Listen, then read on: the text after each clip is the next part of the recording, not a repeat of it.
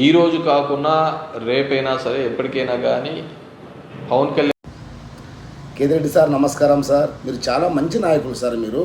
కానీ మీరు ఓడిపోవడం అనేది కొంచెం బాధగా ఉంది. మీరు ఎందుకంటే వీధి వీధి తిరిగేవారు సార్, డైలీ మీ వీడియోలు చూసేవాడిని. మళ్ళీ ఈ వేవ్లో ఓడిపోయిందంటే అది మీ తప్పిదం కాకపోవచ్చు మేబీ.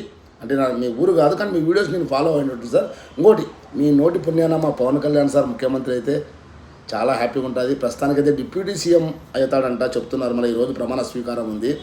ఏమన్నా కానీ సార్ మీ నోటు కొంచెం చక్కెర వేయాలి. మంచి మాట చెప్పిండ్రు మీరు. అంటే కల్మషం లేకుండా సార్ రాజకీయాలు. ఈరోజు మీరు గెలుస్తారు, రేపు వాళ్ళు ఓడిపోతారు, వాళ్ళు రేపు గెలుస్తారు, ఎల్లుండి మీరు ఓడిపోతారు. కానీ ఎవరు గెలిచినా ఎవరు ఓడినా ప్రజలకు మంచి న్యాయ పరిపాలన అందించే విధంగా ప్రభుత్వాలు ఉంటే బాగుంటుంది. జై పవన్ కళ్యాణ్, జై పవనిజం, జై జనసేన, జై కూటమి సార్. కానీ మీరు మంచోళ్ళే సార్ నాకు తెలిసినంతలో సార్. ఓకే, మీరు నెక్స్ట్ ఎలక్షన్లో కండక్ట్ చేసి గెలవాలని కోరుకుంటున్నాను సార్. నేను అట్లా ఏం లేదు కదా సార్. జై జనసేన.